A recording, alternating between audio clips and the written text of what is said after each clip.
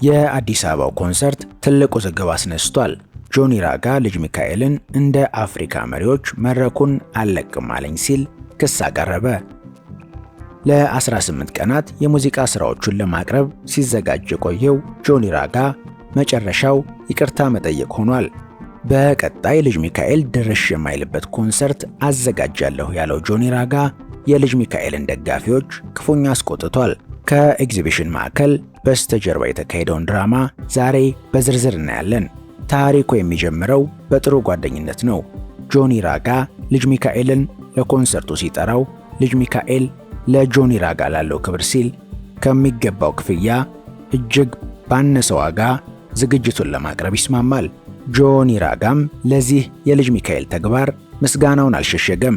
ከሚገባው ዋጋ ዝቅ አድርጎ እንዲሁም ጥሬን አክብሮ ስለመጣ አመሰግናለሁ ብሏል። ነገር ግን ዝግጅቱ ሲጀመር ይሄ መደናነቅና ፍቅር ወደ ፉክክር ይቀየራል። ጆኒ ራጋ በቁጭት እንደተናገረው ልጅ ሚካኤል መድረክ ላይ ሲወጣ መውረጃውን የረሳው ይመስላል። ልክ እንደ አፍሪካ መሪዎች አልወርድም ብሎ ሰዓቴን ሰርቆኛል ሲል ጆኒ ራጋ ቅሬታውን አቅርቧል። ጆኒ ራጋ አዘጋጅም አርቲስትም በነበረበት ዝግጅት ላይ እርሱን አክብረው ለመጡት ጓደኞቹ ቅድሚያ ሰጥቶ ነበር። ነገር ግን ልጅ ሚካኤል 4 ዘፈን ብቻ ዘፍኖ መውረድ ሲገባው መድረኩን የግሉ በማድረጉ ጆኒ ራጋ ካዘጋጃቸው 10 ዘፈኖች 4ቱን ብቻ ዘፍኖ እንዲወርድ በፖሊሶች ተገዷል።